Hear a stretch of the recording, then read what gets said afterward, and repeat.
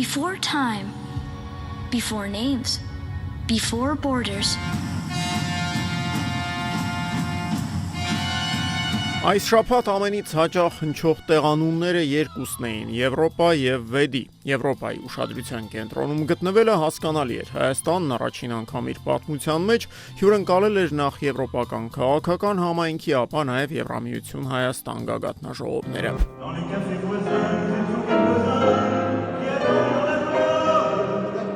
Դրանց էլ գումարվեց Ֆրանսիայի նախագահի պետական այցը, որի ընթացքում Էմանուել Մակրոնը հասցրեց ընտրություններից առաջ իր անվերապահ աջակցությունը հայտնել Նիկոլ Փաշինյանին, երգեց Հայաստանի վարչապետի նվագակցությամբ։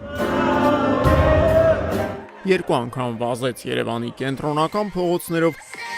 վերջում էլ մասնակցեց Գյումրիի կենտրոնական հրապարակում կազմակերպված համերգին։ Ֆրանսիան սիրում է ձեզ։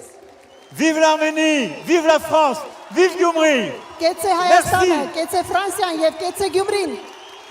Եվրոպական այս լուսավոր եւ լավատեսական տրամադրություններին զուգահեռ, սակայն Երևանի փոքր կենտրոնից եւ Գյումրիի կենտրոնական հրապարակից ընդամենը մի քանի տասնյակ կիլոմետր հեռավորության վրա Վեդիում շատ ավելի մութ եւ շատերի բնորոշմամբ սահմռկեցուցիչ իրադարձություններ էին ծավալվում։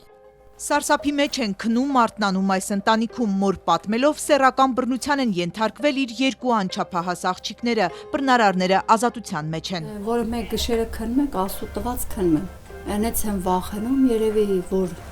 անկախ հենց կաղա հարցակում։ Իրանց բարեկամները։ Բադոյան Նյուզներ օրեր առաջահազանգել Վեդիում մանկապղծության դեպք է եղել։ Իրավապահները կոծկում են զարհուրելի դեպքը, լիարժեք քննություն չի տարվում։ Երեխաների հորեղբայրն է բռնարարներից մեկին դանակահարում, այսինքն ներքին գործերի նախարարության քննչականի անգործության հետևանքով հարցը վենդետային է հասել։ Իրավապահների անգործության վառ ապացույցներից մեկն այն էր, որ մանկապղծության դեպքերը բացահայտել եւ նույնիսկ իրեղեն ապացույցները ձեռք էին բերել Վեդիի թիվ 1 դպրոցի ուսուցիչներն ու հոգեբանը։ Ուսուցիչը իրան թույլ է տվել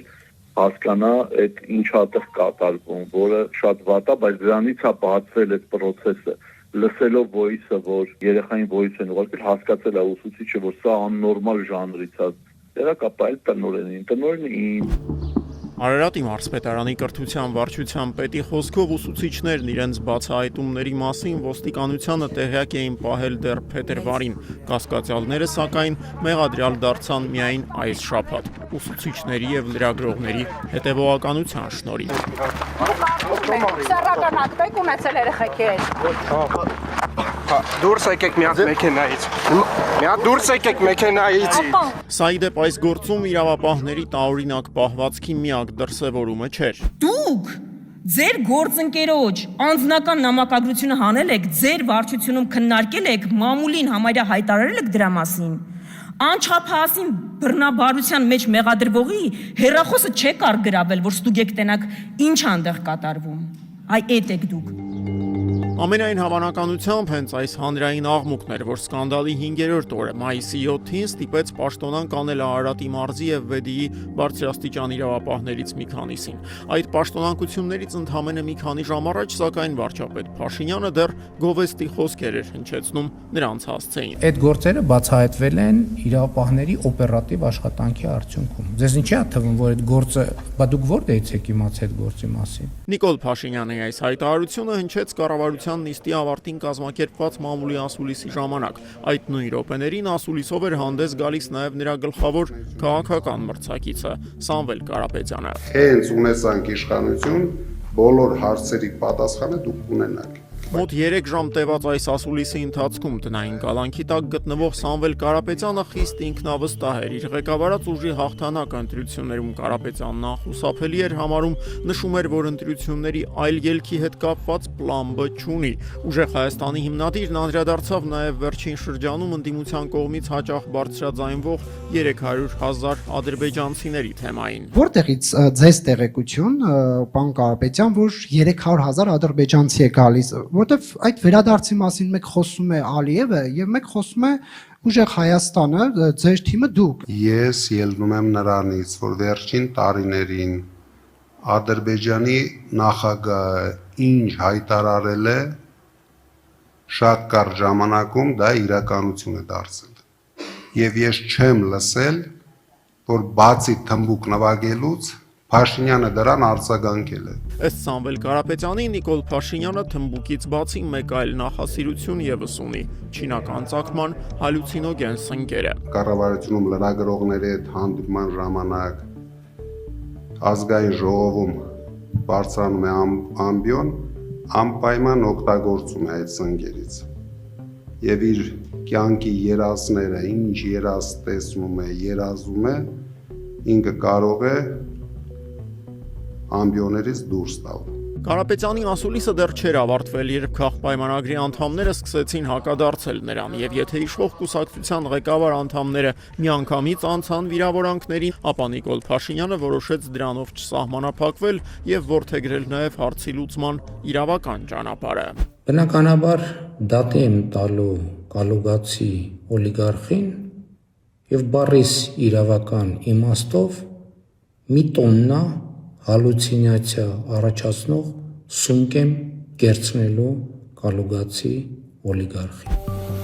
Այս շաբաթ լարվածությունը շարունակում էր աճել ոչ միայն ներքին, այլև արտաքին քաղաքական ասպարեզում։ Сегодня на Смоленскую площадь был вызван посол Армении. Ему было заявлено. Մոսկվայում Հայաստանի դեսպան Գուրգեն Արսենյանին Ռուսաստանի արտգործնախարարություն կանչեցին մայիսի 7-ին։ Պատճառն Ուկրաինայի նախագահ Վլադիմիր Զելենսկու երևանյան ելույթն էր, որում նա բաց տեքստով զգուշացրել էր. ուկրաինական հարվածային դրոնները մայիսի 9-ին կարող են հայտնվել Կարմիր հրապարակի երկնքում։ And they fear drones may buzz over Red Square. This is telling. Իշխանամերձ փորձագիտական շրջանակները այս շաբաթ չէին բացառում վերջին իրադարձությունների հետևանքով Մոսկվան ի վերջո սպառնալիքներից կարող է անցնել կոնկրետ գործողությունների, նաև պատժամիջոցների տեսքով։ Եթե կտրեն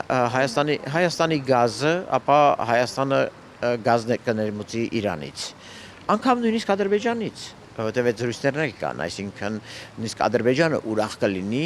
այս շուկայում զբաղեցնել Ռուսաստանի տեղը։ Ընդդիմության տարբեր թևերը Մոսկվայի հետ լարվածության աճին միտված քայլերն անցնող օրերին քննադատում էին ամերիկյան բանտում գտնվող Վարդան Ղուկասյանն էր, սակայն որ Ռուսաստանը Ադրբեջանով եւ Թուրքիայով փոխարինելու գաղափարի վերաբերյալ հայտնեց ամենակարճ, բայց սպառիչ կարծիքը։ Որ ասում եմ ինատանեմ գելերին, հետուկստան գելերին։ Այ այսինքն նույն բանն է։ Դոգմա կանոնով հայտնի նախկին ռազմական ոստիկան Վարդան Ղուկասյանին կենտրոնական ընտրական հանձնաժողովը որպես падգամավորության թեկնածու չգրանցեց նախորդ կիրակի մայիսի 3-ին։ Չնայած դրան նրա ղեկավարած Դեմոկրատիա օրենք կարգապահություն կուսակցությունը մեկնելինելու այն 19 քաղաքական ուժերից, որոնց անվանումները հունիսի 7-ին ընդգրկված կլինեն քվեաթերթիկներում։ Իմացեք, որ այս ընտրությունների արդյունքը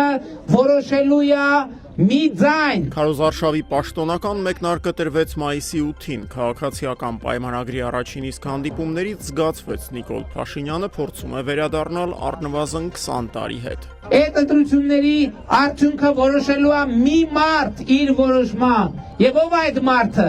Ով է։ Եվ այդ մեկ մարդը դու ես։ Եվ այդ մեկ մարդը դու ես, եւ այդ մեկ մարդը դու ես, եւ այդ մեկ մարդը դու ես, եւ այդ մեկ մարդը դու ես, եւ այդ մեկ մարդը դու ես, եւ այդ մեկ մարդը դու ես, եւ այդ մեկ մարդը դու ես։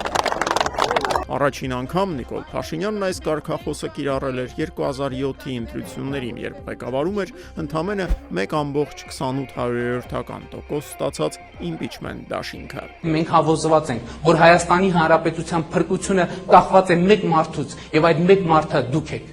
Ամենից վատ բանը sense բարդակ անցալով, բարդակ ընդունող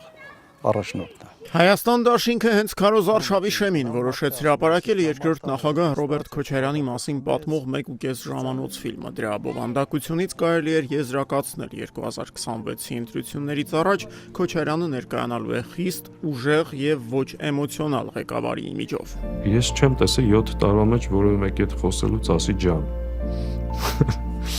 Ես չեմ տեսել անկեղծ, բայց կան մարդիկ, որ անընդհատ ջան են ասում, բայց անընդհատ թիկունքից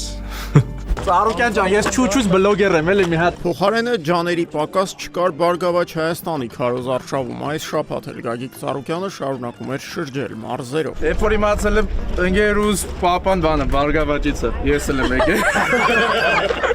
Եկեք գնաց որ պապան համաձայն չէ։ Մենք ձեզ ասում ենք սիրելի։ Որոշ ընդդիմադիր ուժեր իրենց քարոզարշավները որոշեցին սկսել խորհրդանշական վայրերի։ Սա երասխի մետալուրգիական գործարանն է որպես սիմվոլ, որովհետև այսօրվա կառավարությունը 2 տարի առաջ Ադրբեջանի պահանջով Հայաստանի Հանրապետության ինքնիշխան տարածքում դադարեցրել է